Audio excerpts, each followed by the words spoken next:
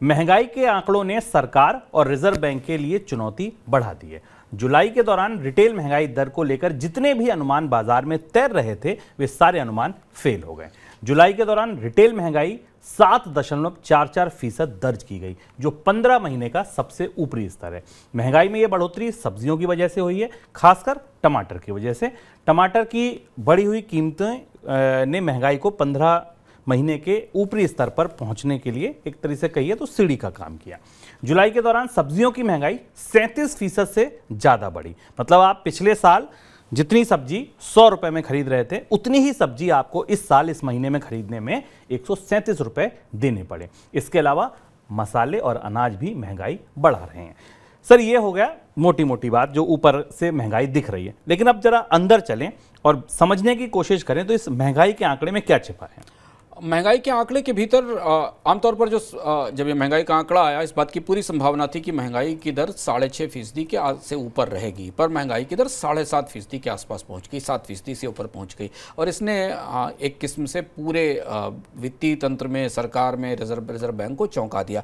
Reserve bank ने अपनी मौद्रिक पॉलिसी की समीक्षा जो पिछले हफ्ते की थी, उसमें भी इतना अनुमान नहीं किया था जिस तरीके की महंगाई निकल कर आई। और इस महंगाई में आमतौर पर इसकी व्याख्या में, जो उस दिन महंगाई का आंकड़ा आया और उसके बाद जो व्याख्या है, उस व्याख्याओं में सब्जियों को खलनायक बताया गया और ये कहा गया कि सब्जियों की कीमत, टमाटर की कीमत बढ़ी और उसके कारण महंगाई में तेज बढ़ोतरी दिखाई दी। अगर आंकड़ों को भीतर से खोल के देखें तो मुझे दिखता है 37% के आसपास की महंगाई अकेले सब्जियों की महंगाई है, 37% के आसपास की महंगाई है।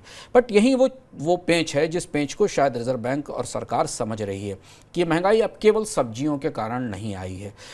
भारत की खाद्य महंगाई, जो आमतौर पर सीजनलिटी से, मौसम से प्रभावित होती थी, वो अब स्ट्रक्चरल रास्ते की तरफ बढ़ गई है, ढांचागत महंगाई की तरफ बढ़ गई। और यह समझना हमारे लिए बेहद ज़रूरी है। ज़रूरी यह है कि 12 महीने लगभग होने आ रहे हैं, 11.5 महीने हो चुके हैं, भारत में अनाज की महंगाई डबल डिजिट से नीचे नहीं आई। अगर आप गौर से देखें तो रबी की 2 फसलें और खरीफ की भी दूसरी फसल खत्म होने वाली है, यानी 2 फसल चक्र पूरे हो चुके हैं।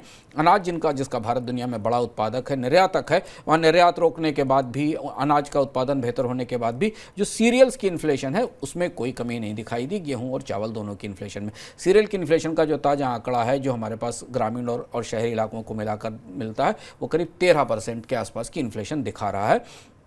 और एक महत्वपूर्ण बात यह है कि ग्रामीण इलाकों में सीरियल की इन्फ्लेशन शहरी इलाकों से ज़्यादा है।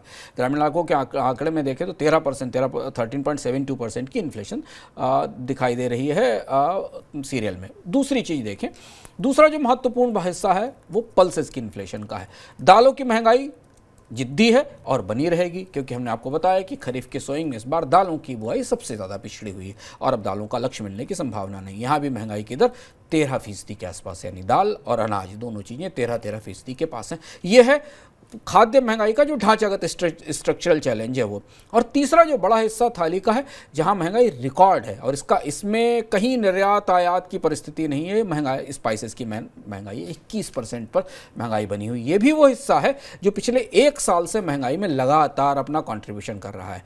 तो अगर हम सोच रहे हैं कि सब्जियां या फल या टमाटो या प्याज के कारण महंगाई आई है, वो महंगाई अगले एक महीने में, 2 महीने में शायद कम भी हो जाएगी। पर यह महंगाई जो ढांचागत तौर पर है, अनाज का उत्पादन एकदम नहीं आ जाना है, मसालों का उत्पादन एकदम नहीं आ जाना है, दलहन का उत्पादन एकदम नहीं आ जाना है। अगले 3-4 महीनों में ऐसा कुछ नहीं होने वाला, अर्थव्यवस्थाओं में कि अचानक उत्पादन होने लगेगा। इसके अलावा महंगाई के आंकड़े के भीतर हम जाके देखें तो हमें दिखाई देता है कि पर्सनल केयर प्रोडक्ट्स की महंगाई भी 9% के आसपास पहुंची हुई है, यानी कि जो डिफरेंट सामान कॉस्मेटिक्स हैं, इनकी महंगाई में भी बढ़ोतरी दिखाई दे रही है। ये महंगाई का भीतरी ढांचा है जो हमारे सामने है।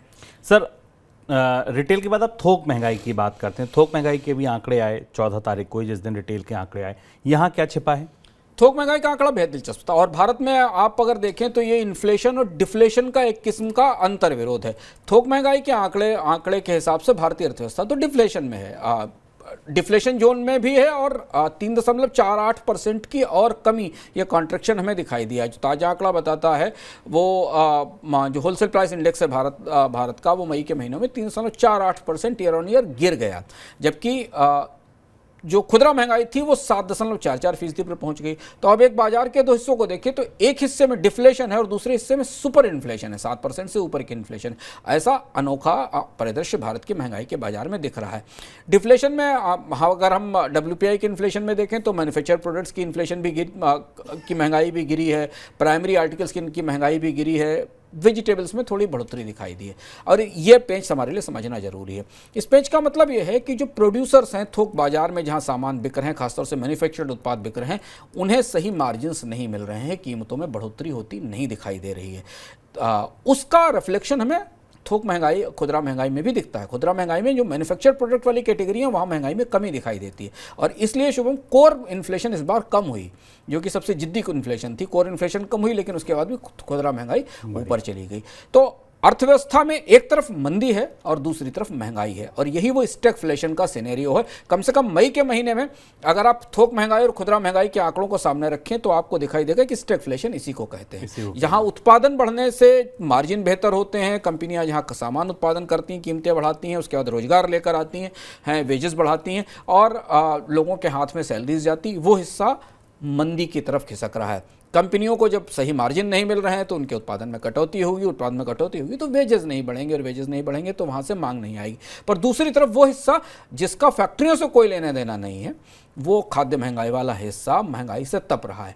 पर यह परिस्थिति भारत में पहले भी बनती रही, पर इस बार की खाद्य महंगाई स्ट्रक्चरल ढांचागत है, जो हमने आपको बताया है। ये खुदरा और थोक महंगाई की अलग अलग तस्वीरें हैं। सर, अब यहाँ से आगे की तस्वीर फिर आपको कैसी दिखती है? अगस्त की स्थिति अच्छी नहीं होने की संभावना है। ये माना जा रहा है कि अगस्त के आंकड़े में भी अगर सब्जियों की महंगाई थोड़ी बहुत कम हो भी जाती है तो लेकिन दलहन की, तिलहन की और अनाज की, स्पाइसेस की महंगाई में कोई कमी की उम्मीद नहीं है। सरकार के भीतर, रिजर्व बैंक के भीतर भी माना जा रहा है। तो अगर हमको ये लग रहा है कि ये महंगाई की दर में कोई तेज कमी आएगी तो ये नहीं होगी। सारे आकलन कल आए कि ज़्यादातर लोग इसे 7.5% के आसपास की महंगाई दर का आकलन कर रहे हैं, जो 7 से 7.5% के आसपास अगस्त में भी रहेगी। यानी रिजर्व बैंक की अपनी सहनीय स्तर से, क्षमता से काफ़ी ऊपर रहेगी। और ऐसी स्थिति में ये तो भूल ही जाइए कि RBI ब्याज दरों में कोई कमी करने वाला है जल्दी निकट भविष्य में, अगले 5, 6, 7 महीनों में। बल्कि अगर महंगाई की दर में और ज़्यादा तेज बढ़ोतरी होती है तो रिजर्व बैंक को शायद और ज़्यादा सख्ती ब्याज दरों पर करनी पड़ सकती है। तो महंगाई का ये दौर जो अब शुरू हुआ है, ये पिछले वाले दौर से, जो पिछले साल की अंत से हमने देखा था, उससे काफ़ी फ़र्क है। सर, अब एक और इम्पॉर्टेंट चीज़ जो महंगाई के ही हिस्से की रोशनी में पूछना जरूरी है, विधानसभा चुनाव हैं, 3-4 राज्यों के पार्टियां लग गई हैं तैयारी में। ये कितनी बड़ी चुनौती राजनीतिक रूप से हो सकती है, चुनाव के लिए हो सकती है? इसका असर दिखा महंगाई पर। महंगाई का आंकड़ा आया और उसके अगले दिन प्रधानमंत्री को लाल किले से भाषण देना था और उसमें प्रधानमंत्री को एक कहना पड़ा कि महंगाई पर नियंत्रण की कोशिश और ज़्यादा की जाएगी। उनको आमतौर पर लाल किले के भाषणों में इसका इस तरह से जिक्र नहीं होता, पर आंकड़े जब सामने आते हैं और महंगाई की तपिश दिखती है तो राजनीति को प्रभावित करती है। तो प्रधानमंत्री को लाल किले से महंगाई का जिक्र करना पड़ा, उसे रेखांकित करना पड़ा। राज्यों में चुनाव होने वाले हैं और उस चुनाव की परिस्थिति में इस बार की महंगाई को नियंत्रित करना सरकार के वश में नहीं दिख रहा है। उसकी वजह है कि अगर आप देखो, गेहूं की 2 बार ओपन मार्केट में सेल की गई जनवरी के बाद से, कीमतों में कोई फर्क नहीं पड़ा। सरकार ने दलहन की बिक्री की अपने स्टॉक से, कीमतों में कोई फर्क नहीं पड़ा। स्टॉक पर लिमिट लगाई गई, कीमतों में कोई फर्क नहीं पड़ा। स्पाइसेस का कोई स्टॉक नहीं है, प्याज व्याज की और टोमेटो की कीमत में थोड़ा बहुत इंटरवेंशन सरकार सीमित बाजारों में कर सकती है। देश का बाजार बहुत बड़ा है, हर जगह सरकार ले जाकर सामान नहीं बेच सकती। अब ऐसा जो आंकड़े हमारे सामने दिख रहे हैं, जिन राज्यों में आने वाले समय में चुनाव होने वाले हैं, उन सारे राज्यों में महंगाई की दर 7 और 8% से ऊपर है।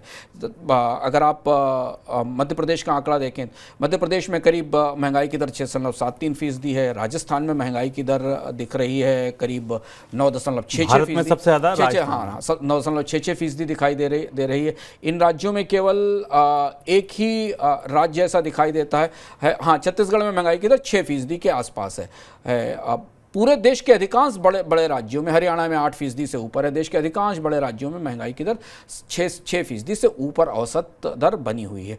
और ऐसी परिस्थिति में, और ये महंगाई की तो मोटी मोटी दर है, जो लोग महसूस कर रहे हैं, जो फील कर रहे हैं, वो महंगाई इससे अलग है। इसलिए महंगाई का मैनेजमेंट चुनाव और राजनीतिक दृष्टि से चुनौतीपूर्ण होगा।